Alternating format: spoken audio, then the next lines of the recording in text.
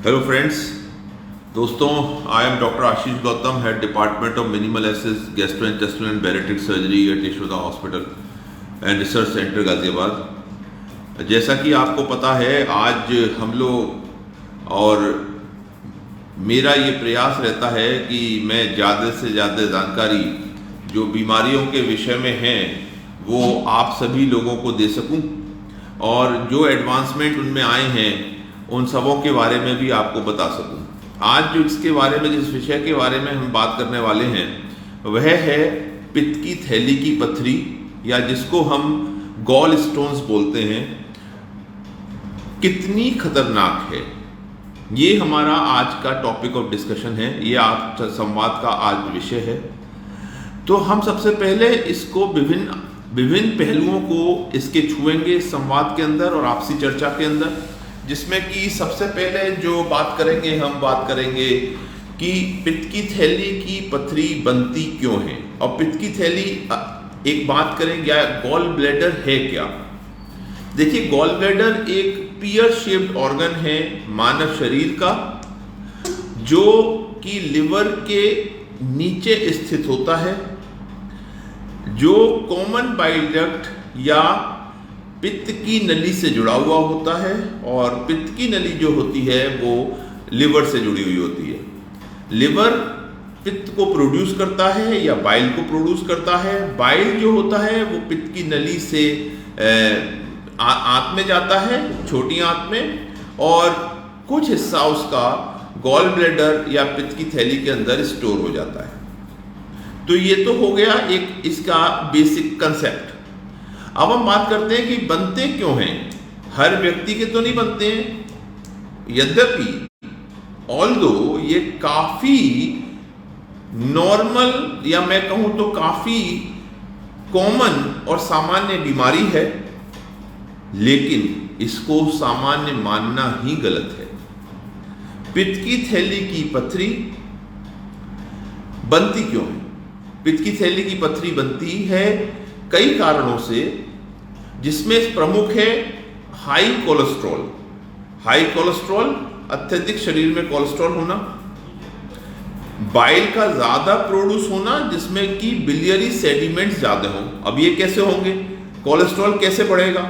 उन व्यक्तियों में संभावना पित्त की थैली की पथरी की ज्यादा होती है जो मोटे होते हैं, ओबीज हैं, डायबिटिक हैं, या जिनके खान पान में फाइबर का अभाव है, या वो वसायुक्त खाना खाते हैं। मोटापा एक बड़ा कारण है पित्त की थैली बनने का, पित्त की थैली पथरी होने का।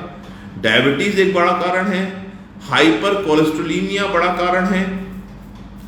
कुछ विशेष बीमारियां जिनमें कि हीमोलिटिक एनीमियाज हैं, जिनमें खून आनुवंशिक कारणों से टूटता है, उनमें भी पित्त की थैली में पत्थर बनने की संभावना है। कुछ अन्य विकार, जैसे कि ऐसी स्थिति जिसमें कि मरीज का वजन अचानक से घटा हो किसी और परिस्थिति, उसमें भी पित्त की थैली में पथरी बन जाती है। अच्छा, कुछ कारण ऐसे हैं जो सामान्यतः लोगों को पता नहीं होते या जिसके बारे में लोग जानते नहीं हैं, जैसे गॉल ब्लैडर कॉन्ट्रैक्टिलिटी, मतलब गॉल ब्लैडर में संकुचन का अभाव, या गॉल ब्लैडर का खाना खाने के बाद ना सिकुड़ पाना और उसमें बाइल का भरा रह जाना, काफी लंबे समय तक भरा रह जाना, ये भी गॉल स्टोन का एक कारण है। और ये एक ऐसा कारण है जो सामान्यतः पता नहीं चलता है। इसके लिए अलग टेस्ट होते हैं जो कि बहुत ज़रूरी हैं, बहुत ही ज़रूरी हैं बीमारी को पहचानने के लिए। ये बात हमारी हुई कि गॉल ब्लैडर पत्थर बनते क्यों हैं। अच्छा, महिलाओं में ज़्यादा बनते हैं पुरुषों की अपेक्षा, ये भी एक सच बात है। ये तो बात हो गई कि गॉल ब्लैडर के स्टोन बनते क्यों। अच्छा, गॉल ब्लैडर स्टोन जो होते हैं वो कोलेस्ट्रॉल स्टोन्स होते हैं। कोलेस्ट्रॉल स्टोन में कोलेस्ट्रॉल की मात्रा ज़्यादा होती है, कैल्शियम की मात्रा बहुत कम होती है। ये बाइल पिगमेंट के भी स्टोन होते हैं। उन लोगों में बाइल पिगमेंट के स्टोन बनते हैं जिनमें कि किसी कारणवश जो है वो रक्त टूटता है, ये कारण है। अगर अब हम आते हैं कि सिम्टम्स क्या होते हैं, लक्षण क्या हैं, कैसे पता लगेगा कि पित्त की थैली में किसी के पथरी है। देखिए, एक बड़ा ही प्रमुख लक्षण है जिसको अक्सर नज़रअंदाज कर दिया जाता है, वो है, उसको हम अगर बात करें तो दैट इज कॉल्ड इंडाइजेशन या अपच।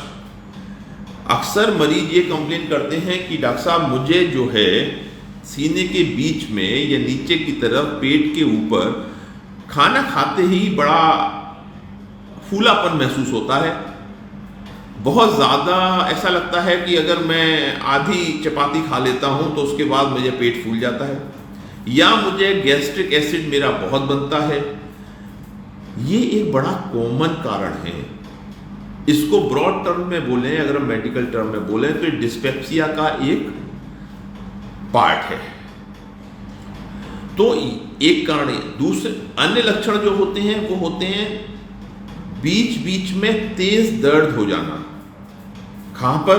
खास तौर से सीधे हाथ की पसलियों के नीचे, उस जगह पे दर्द होना।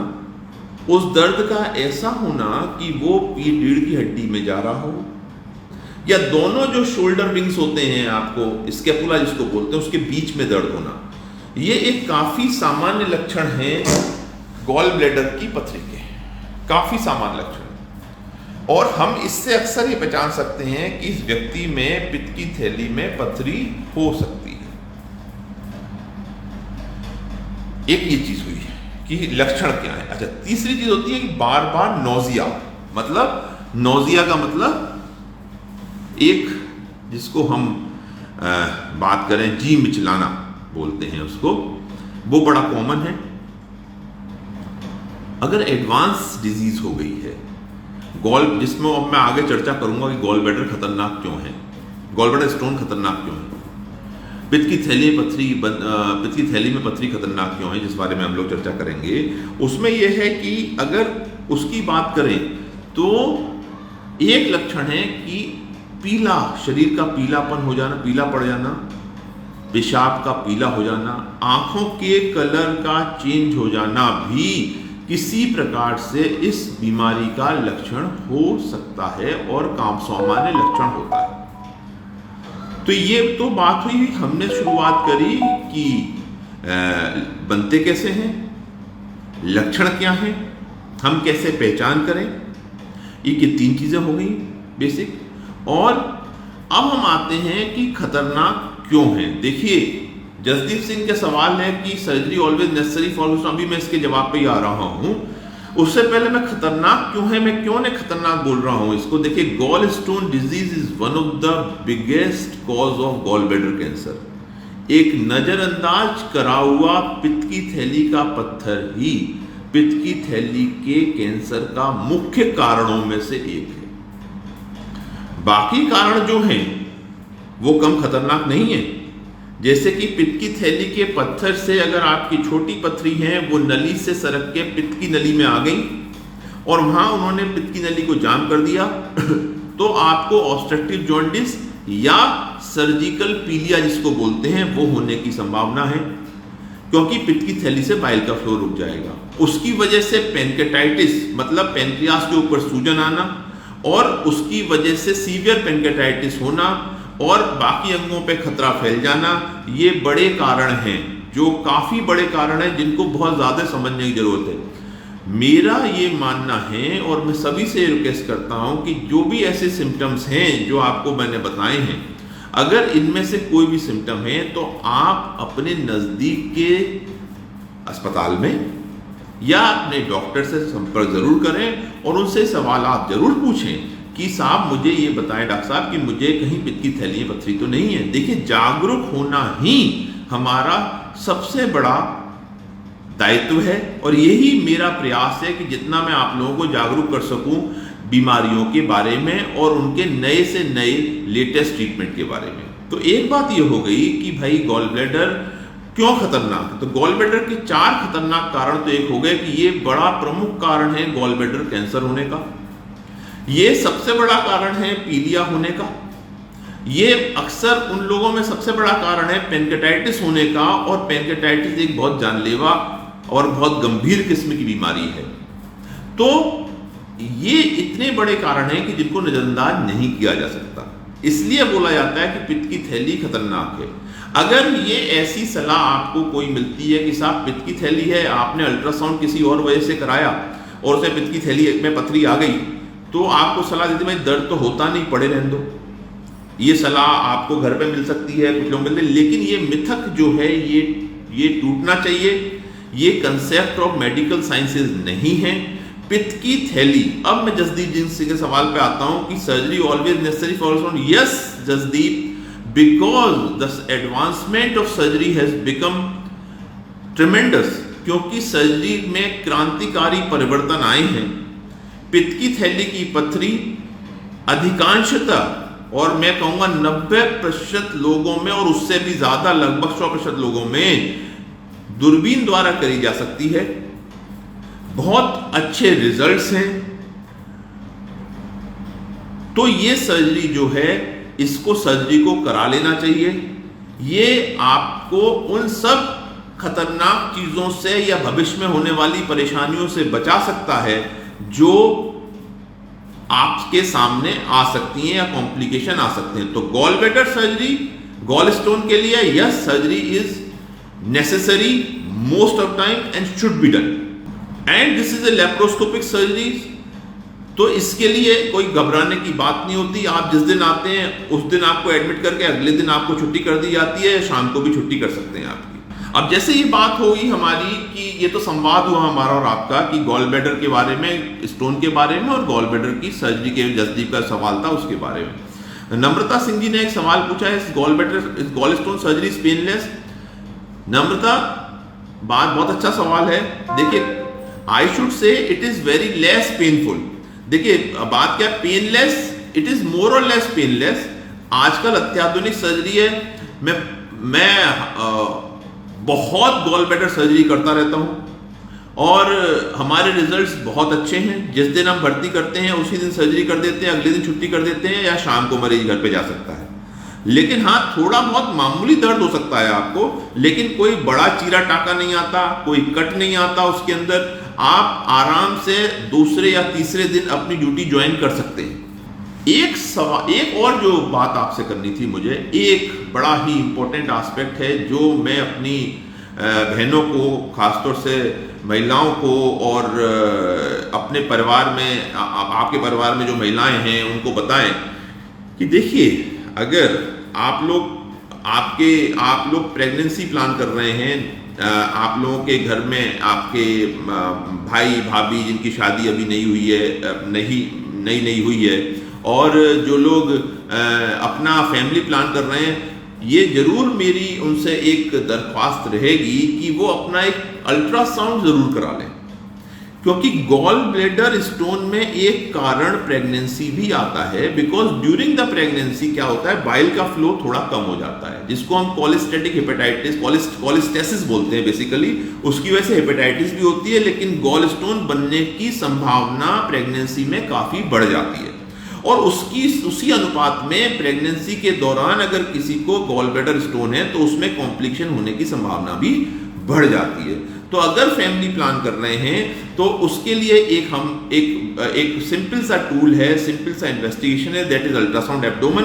वो करा लें, जिससे कि पूरे पेट का करा लें, जिससे ही पता लग जाए कहीं आप गॉल स्टोन से प्रभावित तो नहीं हो रहे हैं, जिससे कि आगे आने वाली परेशानियों से हम बच सकें या हमारा परिवार बच सके। तो ये तो मेरा संवाद हुआ आपसे लेके कि गॉल ब्लैडर स्टोन या पित्त की थैली में पथरी क्यों खतरनाक है। जैसे मैंने बताया, ये एक कॉमन बट सीरियस डिजीज है, लेकिन इसका बहुत अच्छा और लेप्रोस्कोपिक ट्रीटमेंट अवेलेबल है। इसलिए इसके बारे में आप जल्दी से जल्दी और अपने डॉक्टर से मिलें। आपको हमारे से मिलना हो, हमसे संपर्क करना हो तो यशोदा अस्पताल आ सकते हैं आप कभी भी। 11 से 2 मैं यशोदा हॉस्पिटल में बैठता हूं। तो ये सारा संवाद आपका हुआ गॉल स्टोन्स के बारे में, उसकी सीवियरिटी के बारे में, उससे उत्पन्न होने वाले खतरों के बारे में। तो ये सारी हमारा संवाद जो है ये अब तक ये हुआ है। अब आपके सवाल जो भी हैं वो मैं कोशिश करूंगा कि अगले 8-10 मिनट में मैं दे सकूं, आपको उनके जवाब दे सकूं, और अदरवाइज आप उनको मेरे फेसबुक पे लॉग इन करके उनसे पूछ भी सकते हैं, उन सवालों को पूछ सकते हैं। मैं कोशिश करूंगा और कि उन सवालों का जवाब दिया जा सके आपको। पुंडरिक सिंह ने सवाल पूछा, can be avoid gallbladder surgery and type 2 diabetic patient. Pundarik बहुत ही बेहतरीन सवाल है, and I am really liking this question. ये बहुत ही इंपॉर्टेंट सवाल है। देखिए, ये एक मिथ है जिसको तोड़ना जरूरी है। अगर आप डायबिटिक हैं और अगर आपको टाइप 2 डायबिटीज है तो आपको गॉलब्लैडर सर्जरी पोस्टपोन नहीं करनी है, अवॉइड नहीं करनी है। आपको जल्दी से जल्दी गॉलब्लैडर सर्जरी करानी है, क्योंकि डायबिटिक पेशेंट में गॉलब्लैडर स्टोन होने की समय बहुत सारे कॉम्प्लिकेशन, जैसे कि गॉलब्लैडर में गैंग्रीन हो जाना, गॉलब्लैडर का सड़ जाना, गॉलब्लैडर में पस हो पड़ जाना, तो बहुत खतरनाक है। एक मरीज बहुत खतरनाक है वो स्थिति जिसमें कि एक मरीज के अंदर गॉल स्टोन्स भी हैं और डायबिटीज भी है। तो डायबिटीज वाले मरीजों को जल्दी से जल्दी अपने गॉलब्लैडर स्टोन्स का ट्रीटमेंट लेना चाहिए, लैप्रोस्कोपिक कोलेसिस्टेक्टमी करानी चाहिए, जिससे कि वो किसी भी प्रकार की आगे आने वाली समस्याओं से बचें। अच्छा, एक चीज और मैं बताना इस समय मैं आपसे बात करना चाह रहा हूं। देखिए, जब गॉल स्टोन से पथरी या गॉल स्टोन निकल के गॉलब्लैडर से पथरी निकल के सीबीडी में ले जाती है, इसको हम सीबीडी स्टोन्स बोलते हैं। Patient has obstructive jaundice with that. तो when you have the gall stones and gallbladder stone as well as CBD stone, I am doing both them laparoscopically. तो हम दोनों का ही ट्रीटमेंट लेप्रोस्कोपिक करते हैं, पित्त की नली की पथरी का भी और पित्त की थैली की पथरी का भी। ये कम सेंटर में अवेलेबल है। एक बहुत अच्छी सर्जरी है, लेकिन मैं डॉक्टर आशीष गौतम अपना यशोदा अस्पताल में हम दोनों प्रकार की सर्जरी, पित्त की थैली की पथरी और पित्त की नली की पथरी, दोनों का ट्रीटमेंट लेप्रोस्कोपिक करते हैं। मतलब मिनिमल इन्वेजिव सर्जरी के द्वारा करते हैं और बिना बड़े चीरे के करते हैं, बिना चीर फाड़ के करते हैं। तो ये एक अच्छा ऑप्शन है लेप्रोस्कोपिक सीबीडी सर्जरी का, लेप्रोस्कोपिक गॉल स्टोन सर्जरी का, अगर दोनों में ही पथरियां हैं। चंद्रवीर सिंह ने एक सवाल पूछा है, sir my mother age is 70 and she is diabetic, she can operate? Yes Chandraveer, देखिए, till the patient is fit for surgery, जब तक मरीज स्वस्थ है हमारे पैरामीटर से और एनेस्थीसिया पैरामीटर से, क्योंकि ये सर्जरी एनेस्थीसिया में होती है, मतलब हर ज़्यादातर सर्जरीज एनेस्थीसिया में होती हैं, तो लेप्रोस्कोपिक सर्जरी है तो एनेस्थीसिया में होती है। तो अगर वो उसके लिए फिट हैं तो एज इज नो बार। हम लोग 90 ईयर्स के भी मरीजों को ऑपरेट करते हैं, गॉलब्लैडर सर्जरीज के लिए, स्टोन सर्जरीज के लिए, सीबीडी स्टोन सर्जरीज के लिए। तो ये उसमें कोई एज इज नो बार, उम्र कोई बाधा नहीं है, अगर मरीज हमारे पैरामीटर्स के हिसाब से फिट है और उसको बेहोशी दी जा सकती है और उसका ऑपरेशन किया जा सकता है। अब एक बात और जो आप लोगों से करनी है, देखिए, अब ये सारी बातें तो आप हो रही हैं, सवाल भी आप मुझसे पूछ रहे हैं, हम लोग कितना और कैसे बच सकते हैं? देखिए, गॉल स्टोन होने से बचने के लिए कोई क्लासिकल टिप्स तो नहीं है जो मैं आपको दे सकूं, लेकिन ये ज़रूर है अगर हम अपने खान पान में फाइबर डाइट ज़्यादा बढ़ाएं और ऐसी चीज़ों का सेवन ना करें जो कोलेस्ट्रॉल ज़्यादा जिनसे बढ़ता है, खासतौर से वसा या फैटी फूड्स, तो अवश्य हम कुछ परसेंटेज या कुछ प्रतिशत गॉल ब्लैडर डिजीजेस और गॉल स्टोन्स को किए पैदा होने के खतरे को कम कर सकते हैं।